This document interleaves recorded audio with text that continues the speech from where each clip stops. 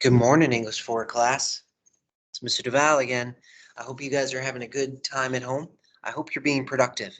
I hope that you got yourself a copy of Zora Neale Hurston's Their Eyes Were Watching God. Their Eyes Were Watching God. Either online for free or at the library. It's everywhere. An ebook probably costs $5. And the audiobook is available for free from YouTube. I'm going to go over a couple things with you guys for the week. Try to keep you caught up. Okay.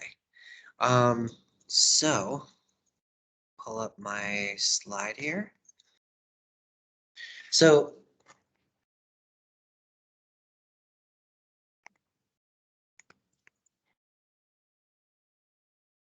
these are the goals for this week.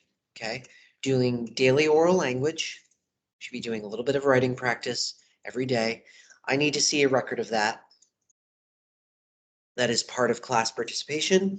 That is part of your growth as a writer. Just take a moment to do it. Okay.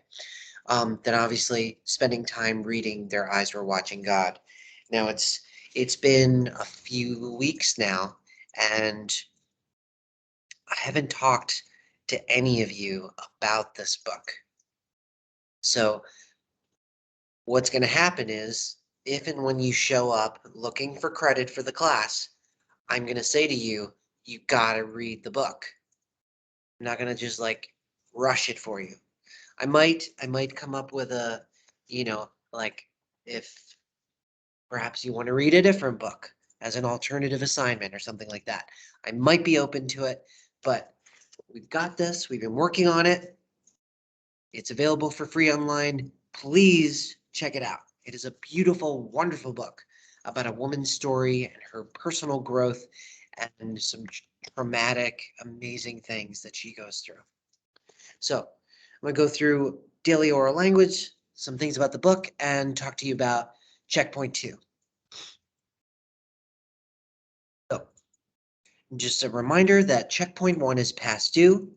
Okay, it is now marked as not submitted.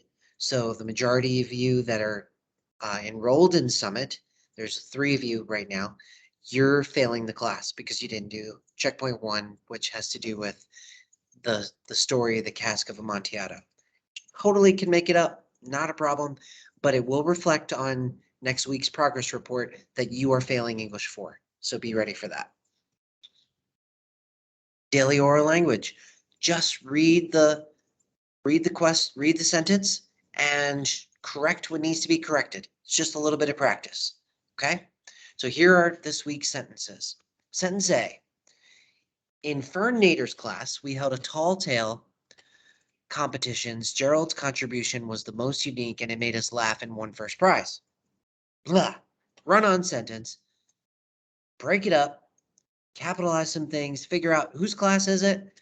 How do you show that it's somebody's class? Break up the sentence. Make sure the meaning is clear. Sentence B. She was the oldest of 2 girls. Julie is given the chores of taking her sister to practice to shop for groceries and the chance for babysitting opportunities. There's a lot there. Break it up. Figure out how to do this, okay? Just make sense of it. What I recommend you to do for these is to go back in the video. I'm going to show A again, and I'll come back to B. Pause the video. Pause it right now. Write down, what do you think it's supposed to be? Just guess, okay? This is brain work. You're not going to be wrong as long as you improve it. Same thing for B. Pause the video. Write down in your paper, what do you think it's supposed to be? She was the oldest of 2 girls. Julie? Something's not right there. There needs to be something happening between girls and Julie. Maybe you might say, Julie, the oldest of 2 girls, was given the chores of taking her sister to practice to shop for groceries and a chance for babysitting opportunities. Maybe something like that. All right. So getting to the book. Their eyes were watching God. In my last video, I went over the previous sections, chapters 1 through 6. I'm going to go through today chapters 7 through 11, which is our goal to read chapters 7 through 11 for this week. Okay, so I'm just going to assume that you're able to do this. You're able to get caught up. Okay, it's not a super short book, but it is about 200 pages. And if you devote yourself to this, you could read the entire book in a weekend easily. And if you want to space it out, you read the sections that I assign in the study guide every single day, like read one section a day, you will finish within a week easily to get you caught up. Okay. The study guide again is where is it? It's listed as checkpoint 3 in Summit. Okay. So you can find it there. And if you click in there, you will see the sections broken up, chapters 1 through 4, 5 and 6, 7 through 11. Next week, we're doing 12 through 15, then 16 through 18 will come after Christmas break, and then the final 19 and 20. Okay, so if you haven't started this at all, at the very most, have it done, have it completely read by January 4th when we come back. Okay. If you need to get it, like I said, get it from the library, get it from a book sale, come into school, try that, and get a book. Have them for you. Okay. All right. I'm going to go back to chapters 7 through 11. I'm going to pull up my trusty answer key here. Number 1, chapter 7. What was the real reason behind the argument between Joe and Janie that started when she incorrectly cut the plug of tobacco? Cutting a plug of tobacco means like there was like a big chunk of tobacco and she cut it. Increasingly in this part of the story, Joe Starks, Janie's husband, her second husband, is like he's showing Janie that his focus on business, his focus on himself, his focus on being the mayor is all more important than his relationship with Janie. And when she starts complaining about the store, she makes a mistake with the tobacco, he just loses it on her. He's very, very rude. And so the answer is Joe realized he wasn't as young as he used to be. He's getting old. He started picking on Janie because of his fear about his own aging. And he's starting to feel vulnerable. And Janie does not, it's like because he's so continually harsh with her, she's starting to pull away from him as a partner. Number 2, how did Janie feel after the big argument in the store? She was upset and cried often, and she starts more and more, she's keeping her feelings to herself. She doesn't tell Joe about what's going on.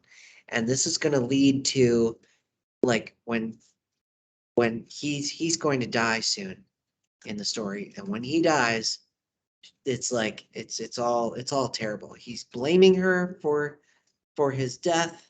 She's feeling heartbroken. It's all a mess. Number 3, what did Janie tell Joe just before he died?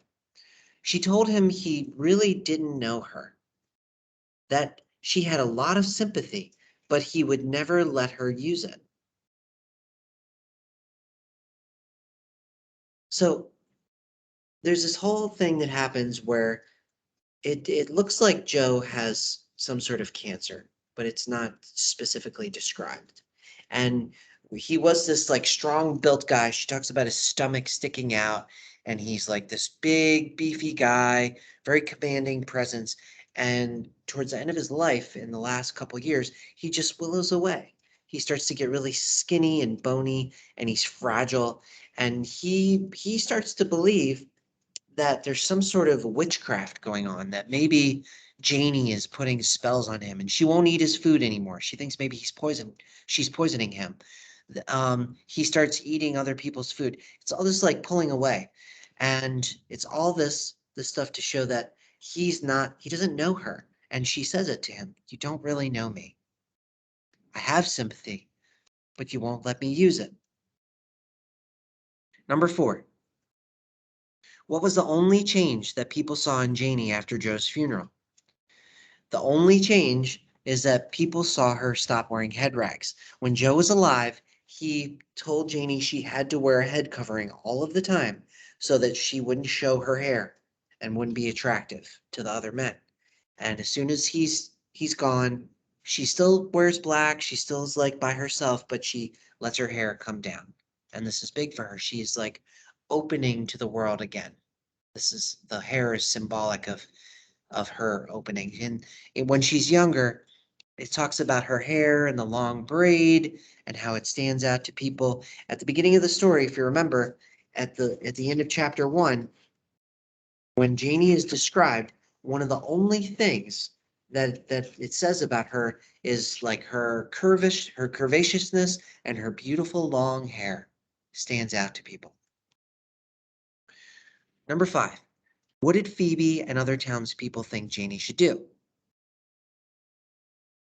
They thought she should remarry. So when Joe dies, he leaves her a lot of money. She's the wealthiest person in the town because she was married to the mayor who basically built the town. And they think she should remarry. They're very cautious for her. They're careful. They don't want her to be taken advantage of. They don't want somebody to come and take all her money, but they think she should marry. She's not ready for that yet.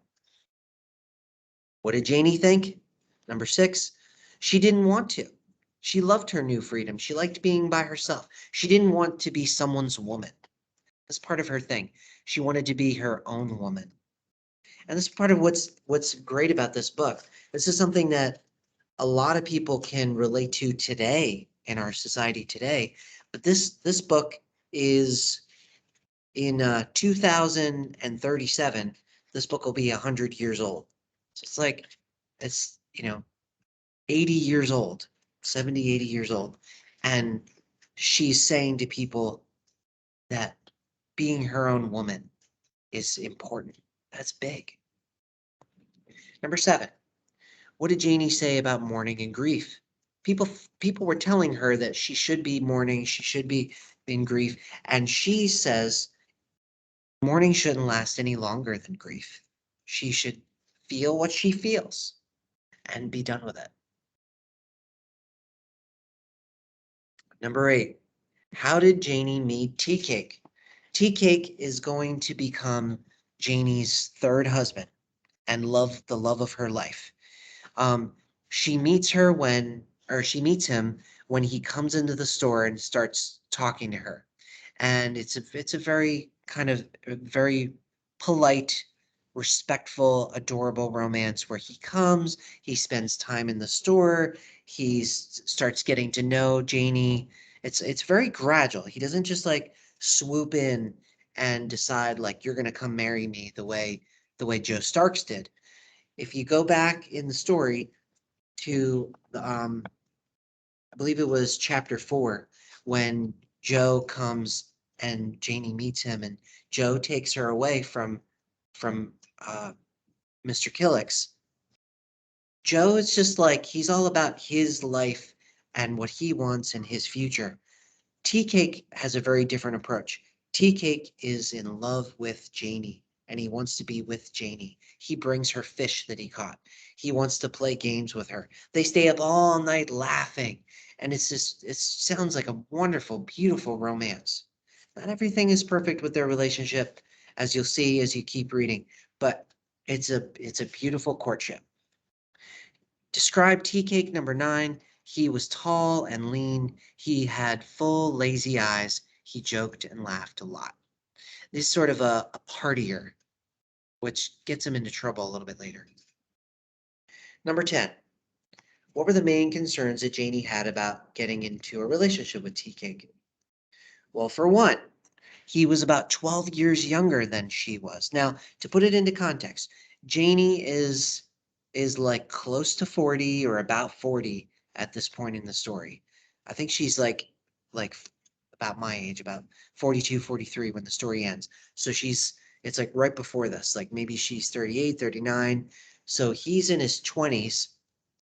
He's a lot younger. He seems like he's in a different point in his life, but he really wants to be with her. Also, he didn't look like he had any money. He lives in these like shabby places. He gambles a lot. He parties all night. He's not a super dependable guy. She wasn't sure about whether or not his intentions were honorable. Many people thought that Tea Cake was just after her for her money. Number 11.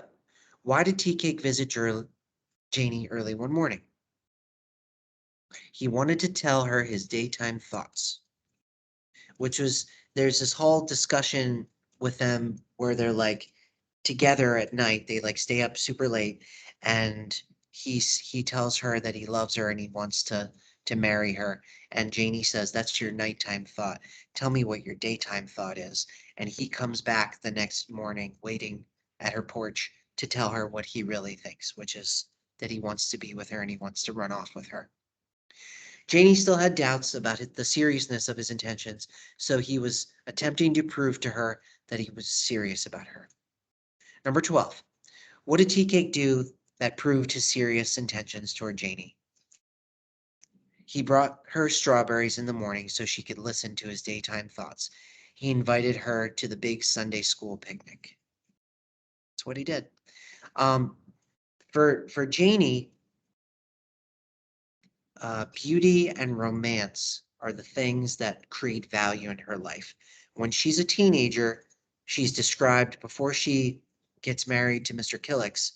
She's like sitting under a pear tree, looking at the pear tree, thinking about how beautiful life is, and how she's like she feels the sensitivity of the tree and the flowers, and she feels like she's one with all of this.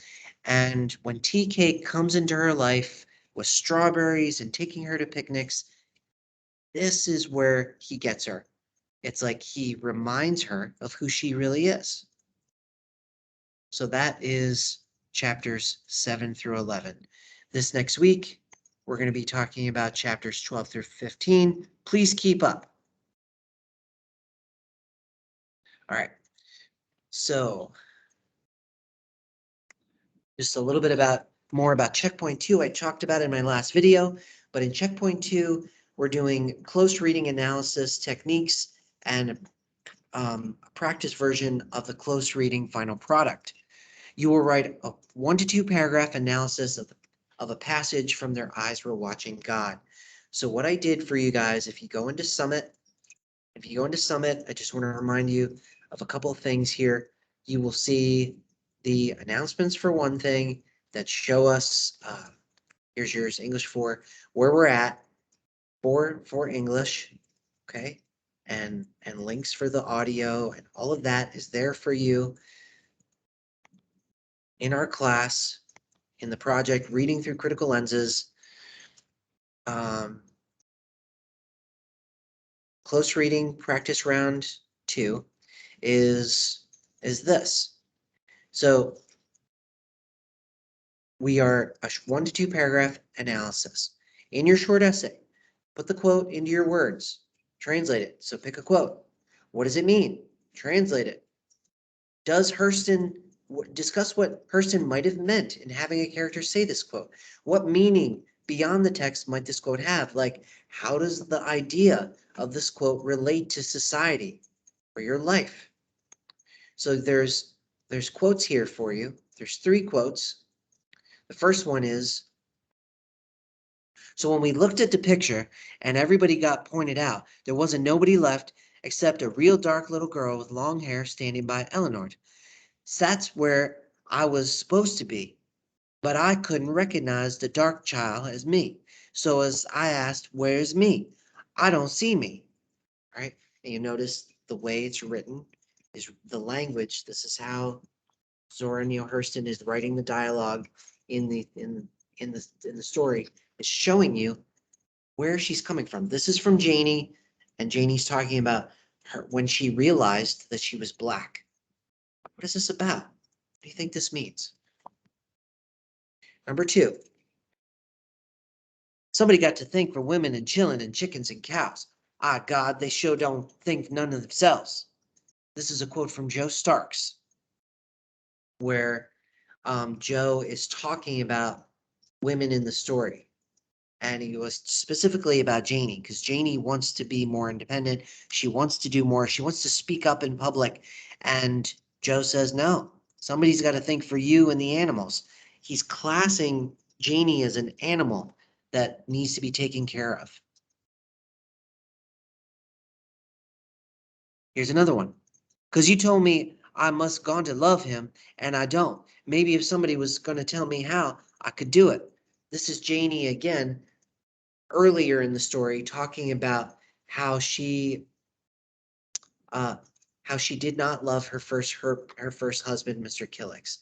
So read these quotes, pick one, analyze it, summarize it, put your answer here. Okay. So put the quote, write the quote, or just copy and paste it, put it into your own words. What does it mean?